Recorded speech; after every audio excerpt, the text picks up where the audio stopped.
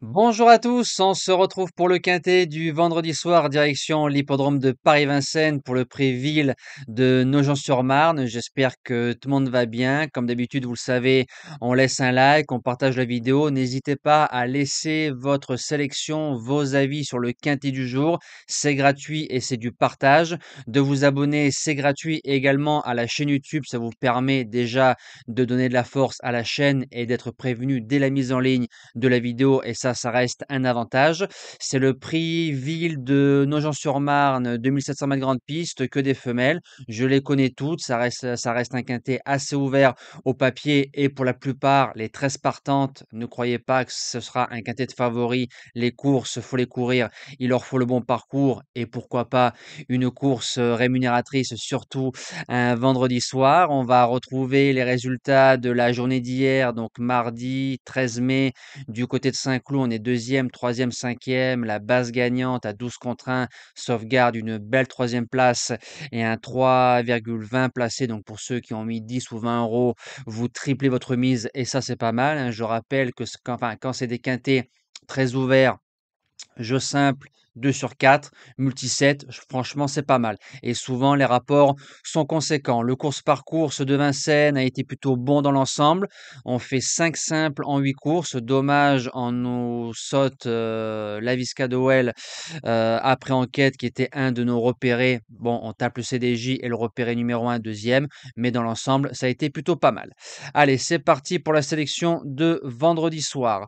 En base gagnante, je vais tenter un truc avec le 3, Liberty Jocelyn, qui sera plaqué devant, déféré derrière pour la première fois. Elle a eu le scalp d'une certaine Lady Aufort qu'on a suivi tous les verts et qu'on a réussi à toucher en objectif à 10 contre 1 en fin de meeting d'hiver. Les Baudouins sont passés un peu à côté de leur meeting d'hiver. Ils rattrapent, je pense, le temps perdu pendant la belle saison qui arrive. Et avec un bon parcours, Eric Raffin, qui a dû avoir le choix des drives, Liberty peut s'imposer. En deuxième base, le 8, Loreley Dureux, qu'on a touché en objectif récemment à 20 contre 1. Je vous mets la capture d'écran parce que certaines personnes méfiantes, je peux comprendre, avec tout ce qui se trame sur les réseaux sociaux, m'ont demandé quand j'avais le temps ou quand j'y pensais. Là, forcément, 20 contre 1, tu y penses, hein. Ça fait plaisir de toucher un 20 balles très facilement. Je fais la description du cheval et en dessous, je mets la conclusion. En plus, dans cette épreuve, on touche le couplet, le pic 5 et le jeu simple à 20 contre 1. Elle a battu Love Me Again qui a répété juste derrière. Le lot est un peu meilleur que par rapport à la dernière fois, mais avec le même parcours, Loreley Dureux peut jouer une place au moins dans les 3-4 premières. Pour les chances, le numéro 10, Lumineuse de Brion.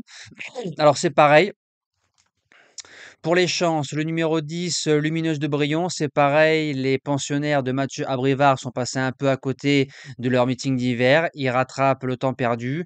Elle a eu le luxe de battre la base gagnante déjà en début de carrière, Liberty Jocelyn. Elle a 2 courses dans les pattes. Mathieu Abrivard qui arrive un peu en sous-marin, c'est dangereux. En quatrième position, le numéro 6, l'Estancia Bella. Ça fait 2 fois qu'elle fait deuxième sur le parcours, 14,5, 14 avec des parcours pas faciles. J'ai envie de vous dire, question de parcours, oui, question de drive, oui, mais pas question de talent. En ayant un bon parcours, l'Estancia, elle bouge pas des 5. En cinquième position, le 13, l'Aspésia de Loup. Déféré des 4 pour la première fois.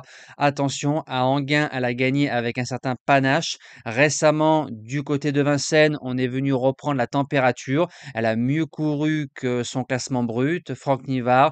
Et vu l'engagement, ça sent la course visée. Je la garde dans mes 5 premières. En sixième position, le numéro 11 de la Mitidja, qui reste sur 2 belles sorties à Paris-Vincennes après pas mal de distancement, 14-2, 14, déféré des 4 ou déféré des antérieurs. Benjamin Rochard qui est en forme avec un bon parcours en 8 chevaux, elle est incontournable. En septième position, le numéro 9, Lara Chenu, que enfin, j'en attendais un peu mieux cet hiver. Alors, comme les Baudouins, la plupart, à part Gaspard d'Angy, se sont tous passés au travers de leur meeting. L'engagement est bon. En faisant le petit parcours, elle finira dans l'argent. Et je termine avec le numéro 12, Longa des Brousses, qui est pour moi la meilleure en classe pure au départ de cette épreuve. Elle rentre, gros point d'interrogation. Quand on finit troisième de Leader de Joude et de Louvre de Rêve d'Or, on n'a rien à faire dans ce lot. Gabi, voilà, il y a du pour et du contre, mais je l'ai quand même gardé en bout de sélection. Nous, on se dit à demain pour les 48 heures de l'obstacle. Théoriquement, handicap samedi à Enghien et dimanche, prix du président de la République.